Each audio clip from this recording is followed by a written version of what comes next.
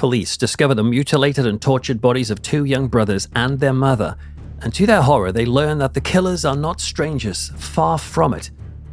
It's the 54-year-old father of the family and the 17-year-old daughter, both who fully believe that the rest of the family were demonically possessed and that torture and death were the only ways to set them free.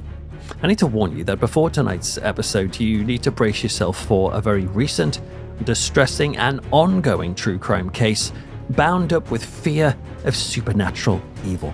I'm Peter Laws, and this is the shocking exorcism murder. On Saturday, February the 10th, 2024, an Italian police station in the Sicily region would receive a disturbing phone call. It came through in the evening, and the caller's name was Giovanni Barreca. The 54-year-old bricklayer spoke to an officer, and his words were chilling. "Come and get me. I have killed my family."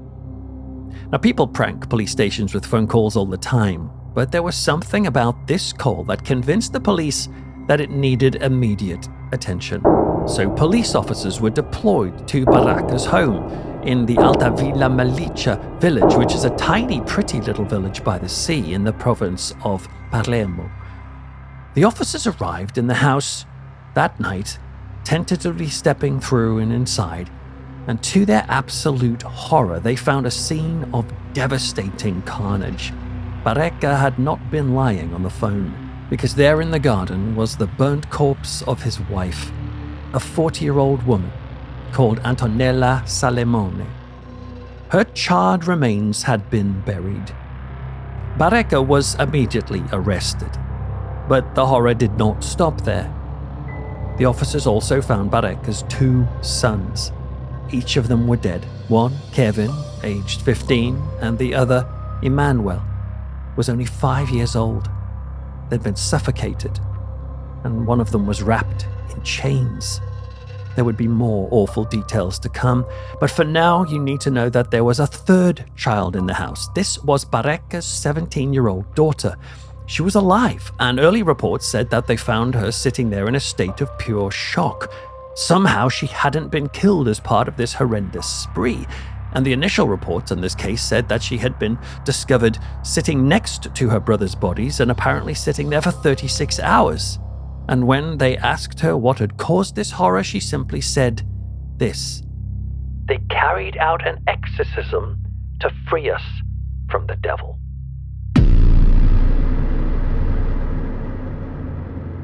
The 17-year-old daughter eventually told police that her father hadn't just come up with this wild demonic possession theory on his own, but in fact, he had been told this by a man and woman that he had met via Facebook. Sabrina Fina and Massimo Caradente, who also called themselves brothers in Christ, lived in Palermo and were known in the area for selling herbal tea, but also for preaching extremely strong messages about Christianity online. They kept in close contact with Barreca, and Barreca said that they had told him that his family were possessed by the devil. But he also claimed that this couple was so convinced of this demonic possession theory that they actually came to the house and were involved in all of this torture and murder. There was another twist to the story, because while it was originally reported that the 17-year-old daughter was discovered in a state of shock, sitting by the bodies, actually, she was found asleep in her room, with her mother and brother's phones next to her, Kevin's phone next to her. And at first she said she'd been frozen watching the massacre take place, but actually she changed her story and was able to confess to the shocking reality. She hadn't been a survivor of the attack. She'd taken part in it. She started to describe clear details of torture, that the boys were gagged with rags, that they had been beaten with a fireplace poker and eventually strangled to death with electric wires. It was absolutely horrific. She was arrested too. Her story seemed to implicate this Facebook couple, because she said that during the days of this horrendous massacre in the house, that she would lie in bed trying to sleep, and this couple would lie in bed with her, hugging her. Now, you might think she would be filled with remorse, for what she had done, but no. This 17-year-old showed no repentance whatsoever, but rather seemed fully convinced that the devil was living inside her mother and brothers, and so they had to be set free. Barreca also seems to lack any remorse for this sick crime, saying that, quote, "The goal was to free the house from demons." Though he claims he isn't actually guilty of the murders because he can't remember being involved in any actual violence, he says the whole experience to him is like in a daze. Instead, he's claiming that Massimo and Sabrina were the ones who did all of the murder and torture, and that yes, his daughter did help with it, but that she was under instruction from this couple, who he said were always with his daughter throughout the time. And he confirmed that he had seen them sleeping with his daughter, hugging her in some sort of strange comfort while all of the death and torture went on. So what could lead a person to do this to their own family or to allow it to happen? Well, sometimes the most horrific things grow in what appear like innocent places.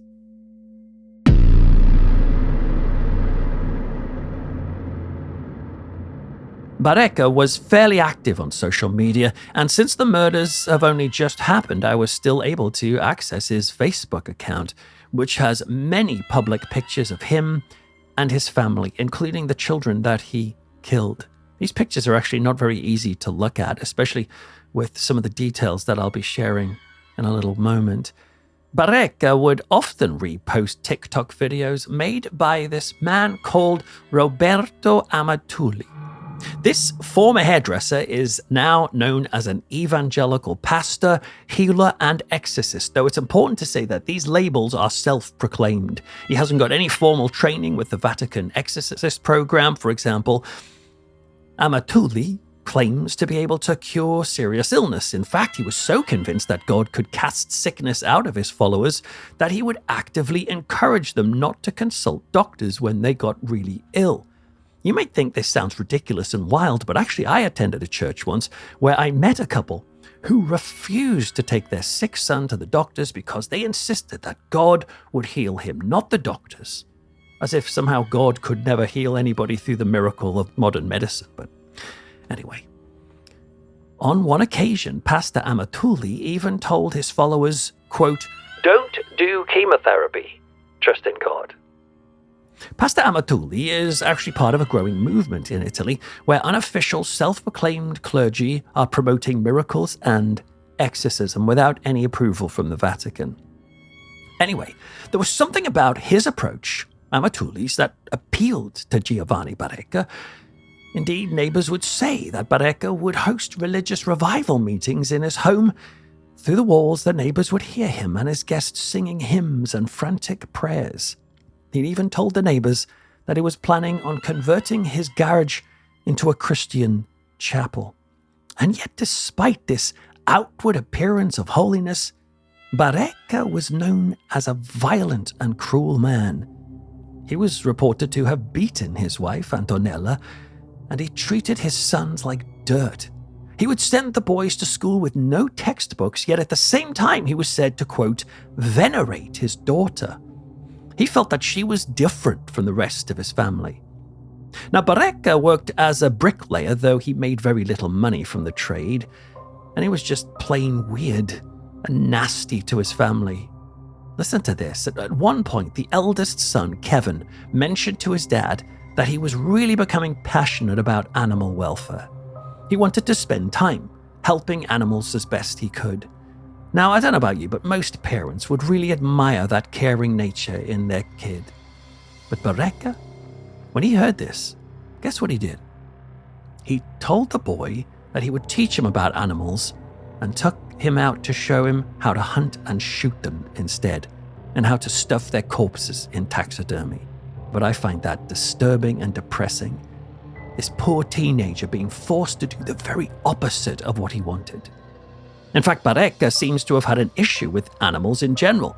He had a neighbor called Pasquale Baloff, and he kept a lot of cats. But Barreca hated them, and he objected to having so many cats near his home, and the neighbor Baloff spoke to the Italian media about this weird resistance to cats, and Barreca's reasoning was crazy.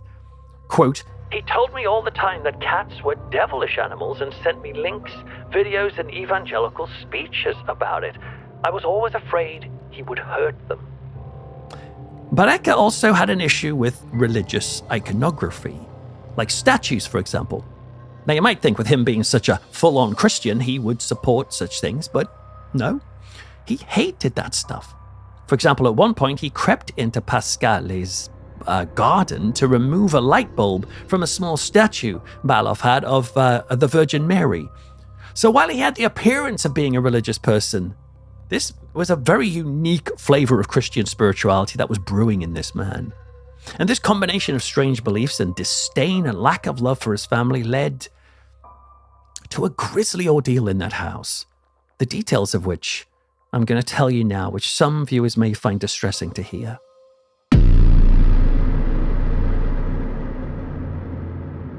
Barreca, his daughter, and potentially this other couple came to the conclusion that their family had been invaded by demonic entities, demons that were now living inside the family.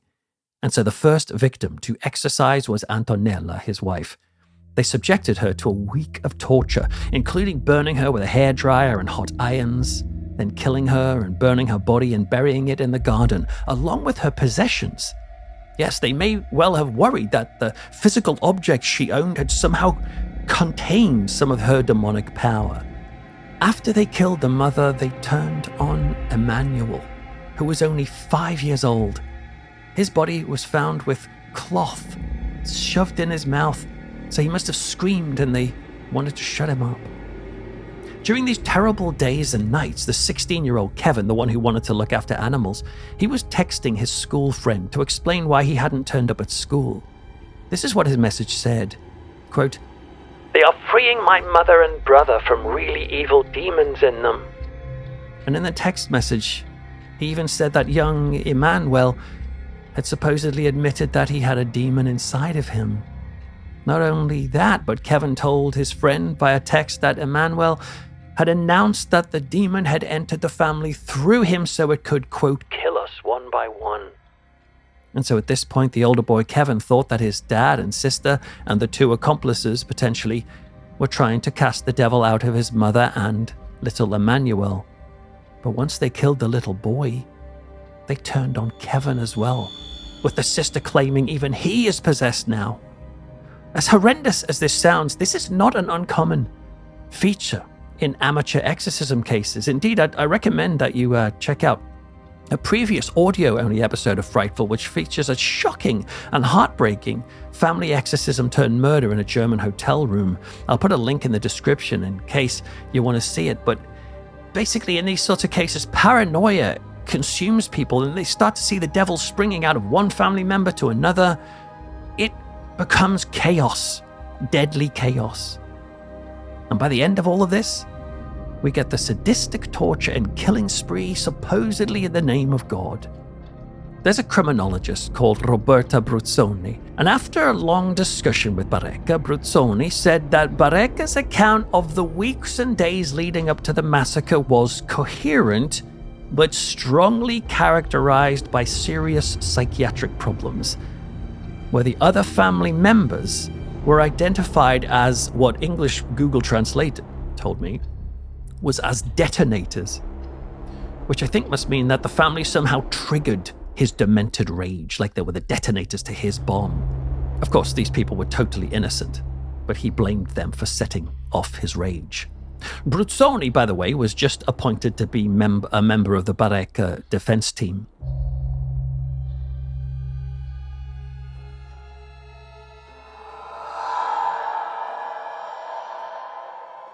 One of the lawyers of that team was given permission to closely examine the house where the massacre took place, and that person was especially tasked with trying to understand the strange writing that had been scrawled on the walls during the days of the exorcism, but I wasn't able to find out what that writing was. Perhaps I'll be able to later. Barreca confessed to not only tying his wife and sons up, but also admitted to burning them with hot irons. Why the heck would he do such a hideous act on his family? Well, hot irons are used in some extreme branches of religion. For example, in India, some traditional healers have used hot clay or iron to burn the chests of patients, including children. They believe that somehow this might scorch certain nerves in the body and heal a person of illness. However, it's a very controversial practice, and not that many people do it because children have died as a result of this. Was Barreca trying to heal his wife and children of the demonic presence with these hot irons? Well, possibly, but to me it sounds much more like simple torture. Or perhaps even a test. You see, in the early Middle Ages, people accused of heresy before God would have their cases determined by what was called trials of ordeal. This would include being burned or put in water or, yes, burned with hot irons. They weren't used often, but they were employed when the other options hadn't determined guilt. And the witchcraft trials used such ideals too, to root out who might be in league with the devil. I wonder, is that what Barreca was doing with those hot irons as he pressed them against his wife and 2 sons? Now, since this all happened in February, the Facebook couple have strongly denied that they had anything to do with the exorcism and murder. Their lawyers said that in the days when the massacre happened, they weren't even in the house at all and that they were away from the place, and that the Barreca's account was littered with inaccuracies. Though it's actually interesting to note that this is the couple's second lawyer. The first one resigned from the role early on in the case. I don't know why they resigned, but it's intriguing to know why. And what of this online preacher who influenced Barreca? The guy who said to avoid doctors and trust God instead. Well, a look across Barreca's Facebook page shows that he shared several videos from this man, Roberto Amatulli. And I was able to find a video that Amatulli put together in the days after the murder. And huge thanks to the author Marco Visconti, who translated the Italian for me. Basically, this man was ranting in the video, saying that nobody should believe the media what they're saying about him and that he had nothing to do with this murder. Though throughout, he does indeed talk about what he believes is the absolute reality of Satan and demons everywhere in the world today. Amatulli denies that he has ever met Barreca, and he says that it isn't fair to cite him as being involved in this killing. It's just that one group of people took his messages too far, he says.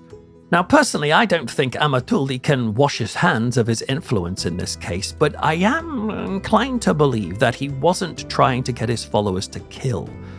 Why is that? Well, because Amatulli has previously been accused of being a con artist whose main aim is to get money. Massimo Introvina wrote an interesting article for a religious liberties and human rights agency, which I read today, and he makes a very good point. He said, what would be the purpose of Amatulli inciting his followers to murder their families and wind up in prison where they could no longer send him money?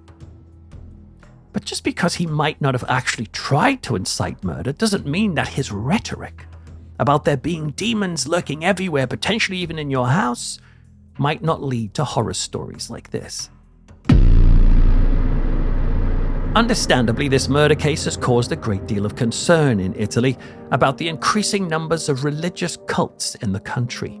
David Murgia, who runs a Catholic research group that researches and tracks cults, said this to the Times newspaper in the UK, quote, "There is a frightening growth in Italy of these cults, with professional lawyers and academics signing up."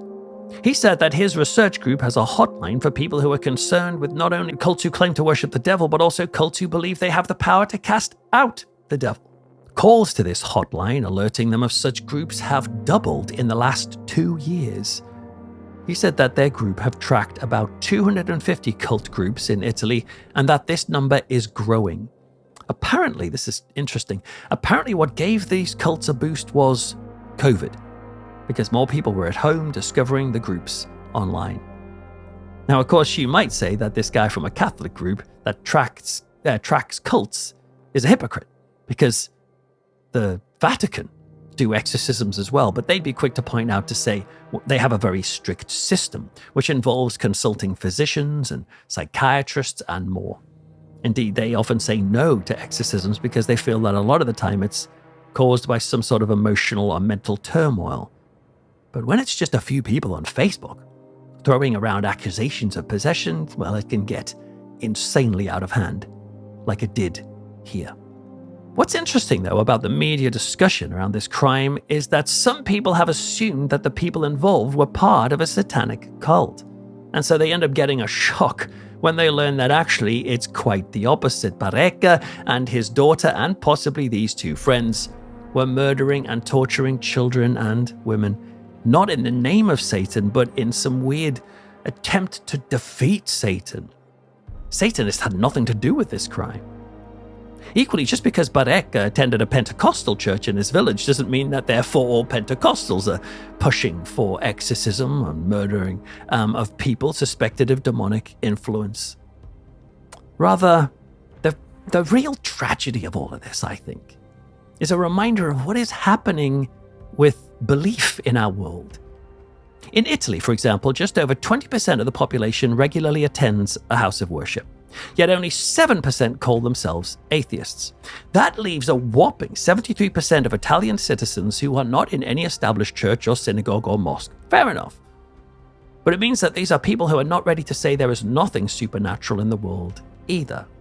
And this creates a substantial area in the middle. Sociologists call them the nones, where people are building their own spiritual communities, which in many ways is a great and liberating thing, but it can lead to groups creating their own religious echo chambers in which the enemy is everywhere, and sometimes the enemy might even infiltrate the homes of these groups, or might even be sleeping down the hall.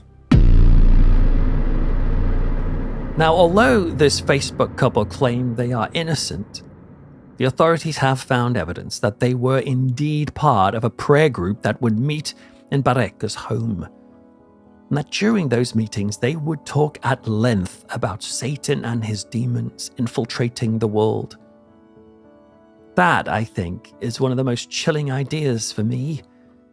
The image, the thought that a group could be sitting in the living room of a domestic home talking about Satan taking everyone over out there, but then saying sometimes Satan has gotten into the house. And the thought that they were sitting there and pointing down the corridor to where the 5-year-old boy was sleeping, saying, and he's down there too. That sort of rhetoric, the literal demonization of other people, can only lead to disaster. And in this case, it led to the torture and death of those boys. For me, this is an important reminder to people today who seem so quick to label other people as demonic or as witches. I just recently did a debate with an ex-psychic on a radio station where, she and many of her followers were saying Taylor Swift is a demon, Lil Nas X is a demon, and all these other people are demonic. Well, that sort of rhetoric can lead to dark places. I'm going to keep an eye on this ongoing case, but for now, I just want to urge you and myself to be extremely cautious when someone tries to demonize another person. You have no idea where that sort of talk can lead. I'm Peter Laws, and you've been listening to The Shocking Exorcism Murder.